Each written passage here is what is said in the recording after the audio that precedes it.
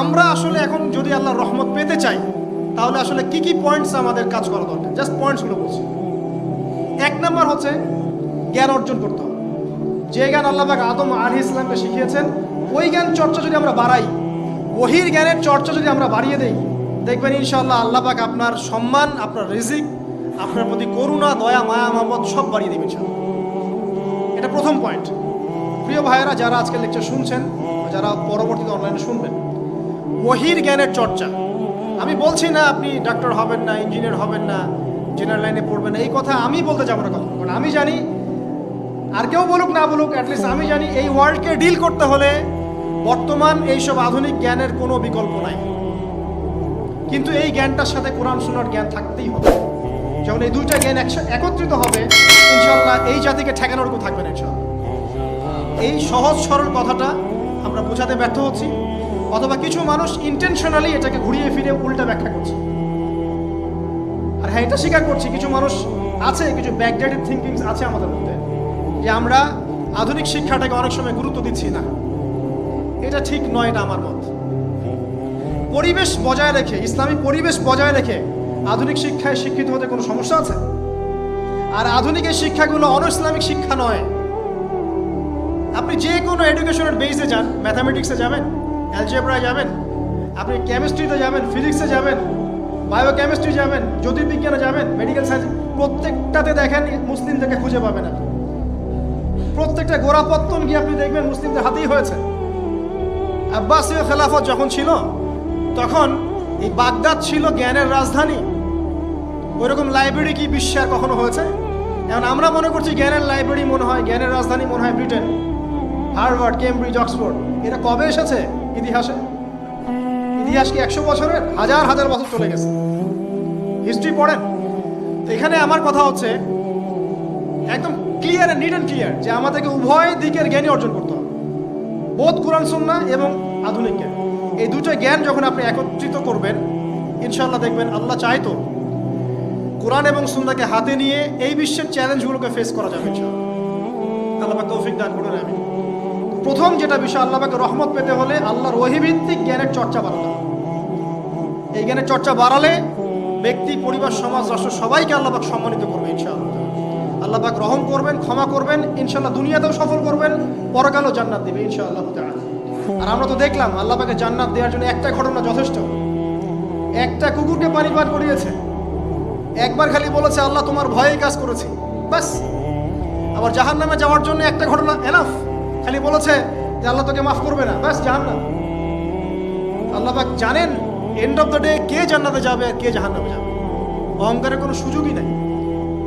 এক মিনিট একটা কথা বলতে চাই, যে এখন অনেক মুসলিমদের মধ্যে একটা ট্রেন্ড চলে আসছে, একটু ইসলাম প্র্যাকটিস করলেই অন্যকে আন্ডারস্টিমেট করা শুরু করে না?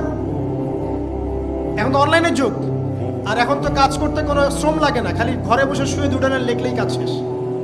ঘরে বসে শুয়ে ফেসবুকে 2টা লাইন লিখলেই কাজ শেষ। কনস্ট্রাকটিভ কাজের তো কোনো খোঁজ খবরই নাই। এগুলো সহজ, এই কারণে দেখা যায় বর্তমান যুগে সমালোচনা, গীবত, আন্ডারস্টিমেট করা, এগুলো সংস্কৃতি বেড়ে গেছে। এগুলোর মধ্য দিয়ে আমরা দিন পালন করার পরেও ক্ষতির মধ্যে আছি। এমন হতে পারে যে ব্যক্তি বা যে দল বা যে রাজনৈতিক দল বা যে ধর্মীয় দল যার বিরুদ্ধে আমি নিজের কলমগুলো ঘোরাচ্ছি, হতে পারে তার মধ্যে এমন মানুষ আছে যে আমার আগে জান্নাতে চলে যাবে, হতেই পারে। আর আমি যে নিজেকে এত বড় করে ফখর করছি, কে জানে এন্ড অফ দ্য ডে আমি জান্নাতে যাবো কি যাবো না? কোনো গ্যারান্টি আছে? কোনো গ্যারান্টি নাই। সো এখন আমরা যারা ইসলাম প্র্যাকটিস করছি, আমাদের সতর্ক হওয়া উচিত। নিজের পরকালের ফিকিরটা করুন, আল্লাহ পাক বোঝার তৌফিক দান করুন, আমিন। 2 নম্বরে যেটা বলবো, যে রাসূলুল্লাহ সাল্লাল্লাহু আলাইহি ওয়াসাল্লামের রেখে যাওয়া যে আদর্শ এবং সুন্নত, এর চর্চা যারা বাড়িয়ে দিবে আল্লাহ পাক রহম করবে ইনশাআল্লাহ। সূরা আলে ইমরানের 31 নম্বর আয়াত পড়ে দেখেন, আল্লাহ পাক নিজে বলছেন, কুল ইন কুনতুম তুহিব্বুনাল্লাহ ফাত্তাবিউনি। হে নবী বলে দিন, তোমরা যদি আল্লাহর রহমত আর ভালোবাসা পেতে চাও তাহলে আমাকে অনুসরণ করো। আমাকে যে বা যারাই নবী সাল্লাল্লাহু আলাইহি ওয়াসাল্লামকে অনুসরণ করবে, আল্লাহ তার প্রতি দয়া করবে ইনশাআল্লাহ। শুধু দয়াই না, ইয়াগফির লাকুম যুনুবাকুম, তোমাদের সমস্ত গুনাহ আমি মাফ করব। আল্লাহু গফুর রহিম। সুন্নতের চর্চা বাড়িয়ে দেই।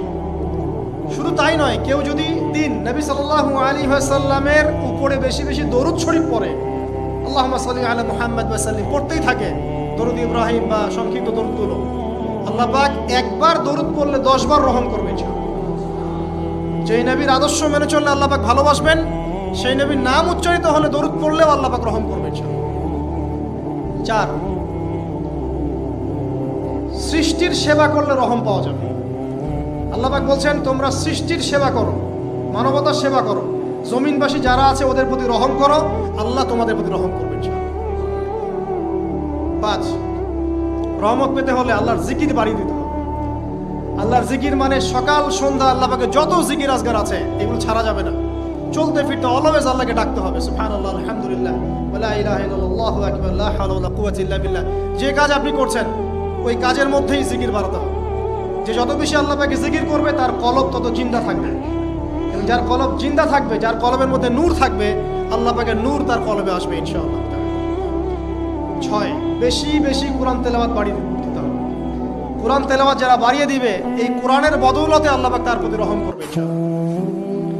আরো বলবো 7 নাম্বার যে সালাত এর কোনো বিকল্প নাই। নবী সাল্লাল্লাহু আলাইহি ওয়াসাল্লাম ইন্তেকালের আগ মুহূর্তে বলে যাচ্ছেন আসসালাত ওয়াসসালাত ওয়া মা মালাকাত ঈমানুকুম, নামাজের যত্ন নিও আর তোমাদের অধীনস্থ যারা আছে ওদের ব্যাপারে খেয়াল রেখো। নামাজ নাই ইসলাম নাই, নামাজ আছে তো ইসলাম আছে। তো নামাজের তাবেদারি যারা করবে, 5 ওয়াক্ত নামাজ ঠিকঠাক মতো করবে, ইনশাআল্লাহ অবশ্যই আল্লাহ পাক তাদের প্রতি রহম করবেন ইনশাআল্লাহ। আরো বলতে চাই তাহাজ্জুদের কথা। যারা একটু তাহাজ্জুদের নামাজে অভ্যস্ত হতে পারবেন ওই সময়টা আল্লাহ পাকের রহমত নেমে আসে, বর্ষিত হবে। যারা তাহাজ্জুদের সালাতে অভ্যস্ত হবে আল্লাহ পাক তাদের প্রতি রহম করবে ইনশাআল্লাহ। 9 বলতে চাই দিনই মেহনত বাড়িয়ে দেওয়া। যাদের ফিকির দিনকে নিয়ে, কিভাবে আমি দিন পালন করব, কিভাবে দিনের প্রচার করব, দিনের জ্ঞান অর্জন করব, এর প্রসার ঘটাবো, দিনটাকে মানুষের কাছে পৌঁছে দেব, এই ফিকির যাদেরকে তাড়িয়ে বেড়ায় ইনশাআল্লাহ আল্লাহ পাক ওদেরকে এই জমিনে রহম করবে ইনশাআল্লাহ। আল্লাহ পাক দাওয়াতি কাজ বাড়িয়ে দেন, দিনের ফিকির বাড়িয়ে দেন, ইনশাআল্লাহ তাআলা আল্লাহ পাকের রহমত পাওয়া যাবে ইনশাআল্লাহ। আরেকটা কথা আছে 10-এ গিয়ে বলবো পিতামাতার খেদমতের কথা।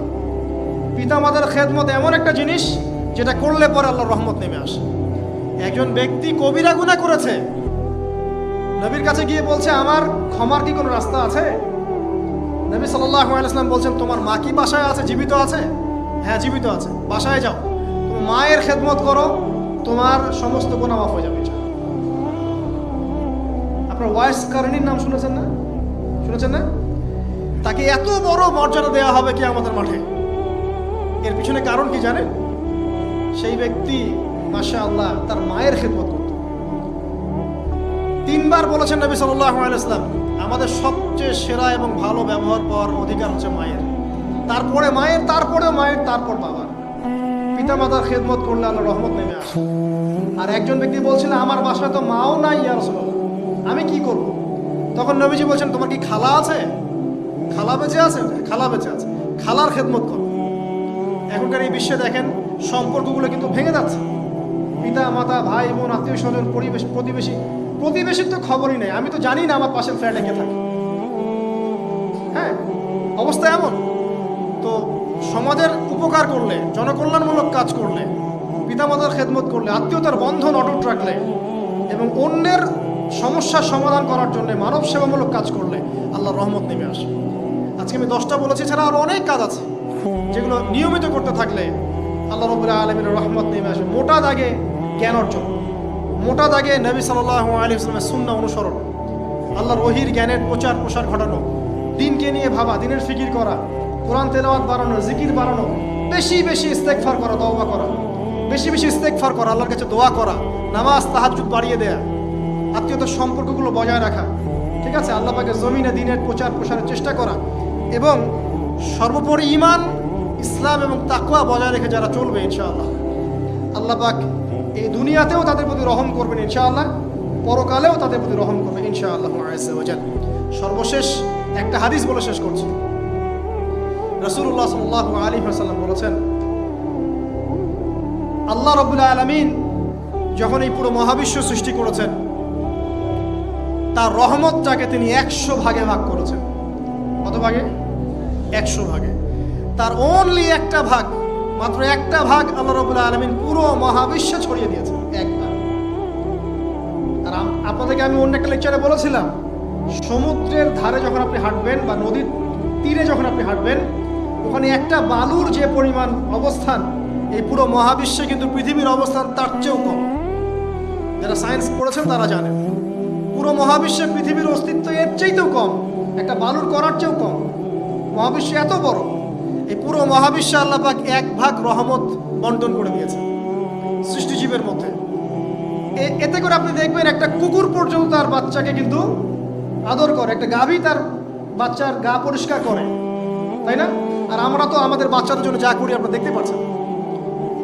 বাকি 99 ভাগ রহমত আল্লাহ রাব্বুল আলামিন তার নিজের কাছে গচ্ছিত রেখেছেন, যা দিয়ে কিয়ামতের মাঠে আল্লাহ পাক বান্দাদেরকে মাফ করবে ইনশাআল্লাহ। অতএব সর্বশেষ কথা হচ্ছে, আমরা যারা আল্লাহ থেকে দূরে আছি, হতাশ হওয়ার কোনো কারণ নেই। লা তাকনাতু মির রাহমাতিল্লাহ। নামাজ পড়ছেন না, আজকেই ফিরে আসেন। রোজা রাখেন নাই, আজকেই ফিরে আসেন। নামাজ এবং রোজা যা রাখেন নাই ক্যালকুলেট করেন, কত ওয়াক্ত নামাজ পড়েন নাই, কত মাসের রোজা রাখেন নাই, রাখার কাজা করার চেষ্টা করেন। যাকাত দেন নাই, হিসেব করেন, যাকাত দিয়ে দেন। সুদ খেয়েছেন, তওবা করে আজকেই ফিরে আসেন। জেনা করেছেন, আজকেই ফিরে আসেন। মানুষকে ঠকিয়েছেন, তার টাকা ফেরত দিয়ে দেন। সম্পত্তি জোর করে আত্মসাৎ করেছেন, ফেরত দিয়ে দেন। দিয়েছেন, গোপনে তাকে গিয়ে বলেন, ভাই আপনাকে গালি দিয়েছিলাম, আমাকে মাফ করে দিন। আজকেই ফিরে আসেন। লা তাকনাতু মির রাহমাতিল্লাহ, ইন্নাল্লাহা ইয়াগফিরু যুনুবা জামিআ। আল্লাহ পাক সমস্ত গুনাহ মাফ করবেন ইনশাআল্লাহ। অতএব তরুণ সমাজে যারা হতাশ, পাপে নিমজ্জিত আছো, নামাজ পড়ছো না, হারাম অ্যাফেয়ার্সে আছো, মাদক খাচ্ছ, এইসব অশ্লীল কাজে সময় নষ্ট করছো, বেপরদায় ঘুরছো, হ্যাঁ, পিতামাতার সাথে রুড বিহেভ করছো, তোমার বয়সটাকে নষ্ট করছো, দিনের জন্য 3 দিন সময় লাগাতে পারলে না, কোরআন পড়া শিখতে পারলে না, কিছুই করছো না, হতাশ হয়েও না। মন থেকে, ভিতর থেকে আল্লাহকে ডাকো, মন থেকে আল্লাহকে ডেকে একটা বার আল্লাহ থেকে ফিরে এসে দেখো, ইনশাআল্লাহ তাআলা দেখবা এখানে যে শান্তি আছে সারা দুনিয়ার কোথাও সে শান্তি পাবে না। এবং এই শান্তি নিয়ে তুমি যদি দুনিয়ার জীবন শেষ করতে পারো, তোমার কবর হবে শান্তিময়, তোমার হাসর হবে শান্তিময়, পুলসিরাত শান্তিময় হবে ইনশাআল্লাহ। হাসতে হাসতে তুমি জান্নাতে চলে যাবে ইনশাআল্লাহ। আমরা আজকের মতো এখানে শেষ করছি এই দোয়া করে, আল্লাহ রাব্বুল আলামিন আমাদের সবাইকে যেন রহম করেন এবং তার রহমত পাওয়ার জন্য যোগ্য হওয়ার তৌফিক আল্লাহ পাক আমাদেরকে দান করেন। এবং যেই কাজগুলো করলে পরে আল্লাহর রহমত থেকে মানুষ বঞ্চিত হয়, এই কাজগুলো দূরে থাকার তৌফিক আল্লাহ রাব্বুল আলামিন আমাদের সবাইকে দান করেন। আমিন। أقول قولي هذا أستغفر الله لي ولكم ولسائر المسلمين.